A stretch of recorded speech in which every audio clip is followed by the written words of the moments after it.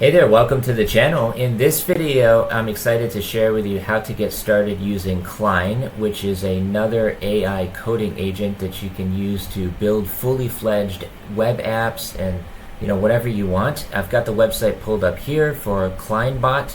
There's a link in the description below if you want to get started. It's completely free, and that's one of the really nice things about Cline is that you don't necessarily have to add credits to your balance in order to use some of the free models.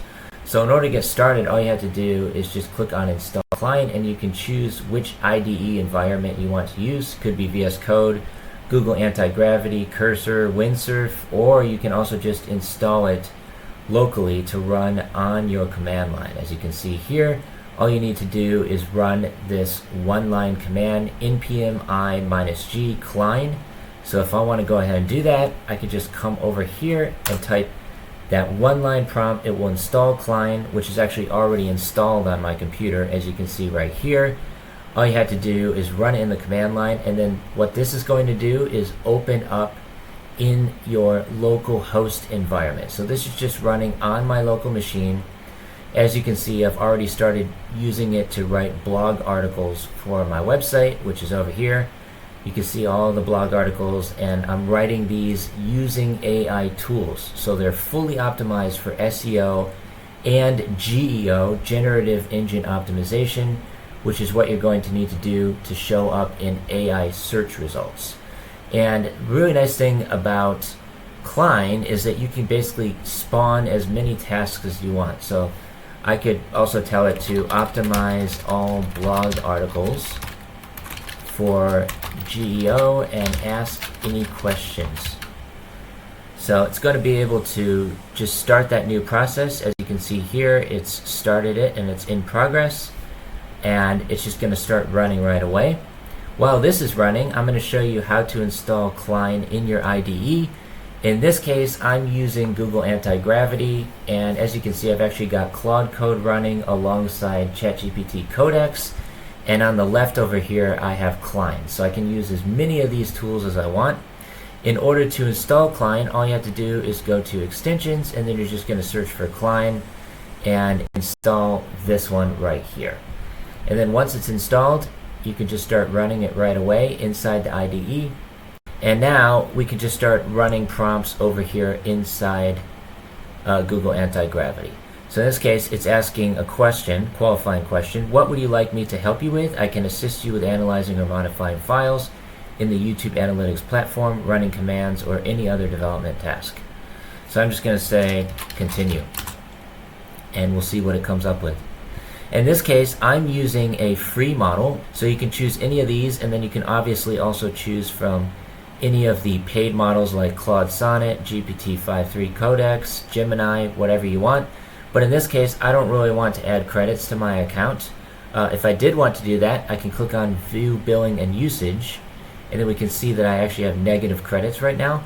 But the nice thing about this model that I'm using by Zomi, which is a Chinese company, is that it's not using any credits whatsoever. So I'm just going to continue using this one. And it's now asking me some other questions about my blog. So it says, I can see the blog post file was recently modified and contains many blog posts. What would you like me to do? So I could just say review any changes, and it will just go through and start fixing up anything of recent changes on the blog. And while that's running, I can come back over to my browser here, and you can see it's now editing the blog route, and the changes are focused on GEO visible content, not just schema. So the schema is essentially, that's what's going to help it show up in the AI search results. And for that, I would highly recommend using Codex. I actually just fixed up all of my schema last night.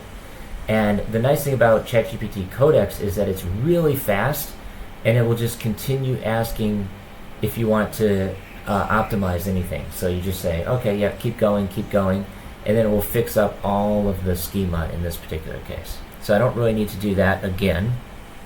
As you can see here, it's just continuing to write the blog articles, and it's fixing up all of the GEO right now. I've already got one that still needs a review, so if I want to review that, I can come over here, and you can just go through and review any of the changes So that I don't really need to worry about right now, but we'll take a look at the one that's in progress. And you can see it is fixing up a lot of the schema on the blog page. It's not spending anything on credits. I also use Open Code, which is another good one, and Kilo Code as well.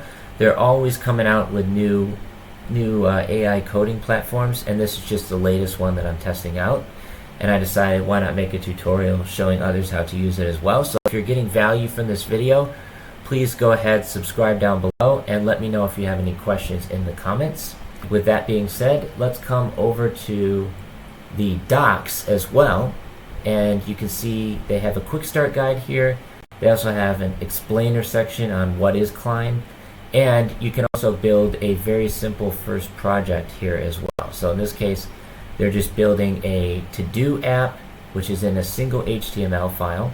If I wanted to do this, all I have to do is copy and paste this prompt, and then I would actually create a new folder because I don't want to run this in my existing project. This is what I would recommend if you're just getting started. Just build a very, very simple app. It doesn't have to be anything fancy, and that way you can learn how to use Cline. Let's come back over here, and looks like it needs to execute a command here. It's going to review all of the changes on the blog, and I don't really have to do very much. It's just going to do everything automatically for me. And you can run as many of these things as in parallel as you want. Obviously, you do have to keep in mind that they're fairly CPU intensive, so it is probably going to put your computer through its paces. But yeah, just be a little bit mindful of that. And we'll see that Cline has now finished. It implemented the GEO pass across the blog, so it added stronger index copy, dynamic article category stats, it refreshed metadata, and it used clearer author date signals on cards. And then it also just went ahead and pushed that to GitHub. Now it's also asking me if I want to apply the same GEO treatment to guides, compare, and then also the blog as well. So I'm just going to say go ahead, and it will just start fixing up all of the schema in GEO on some of my other pages as well. So right now the guide and comparison data is rich. It's going to verify the exact gaps, and then it's just going to fix up any GEO issues that it's having, so that ultimately it will start showing up in AI search, which is what I want, so that more and more people find out about my software as a service and start using it, and then that way I can get more paying customers. If you have any questions whatsoever, let me know in the comments below. I will see you in the next one. Take care, stay safe. Peace from Thailand.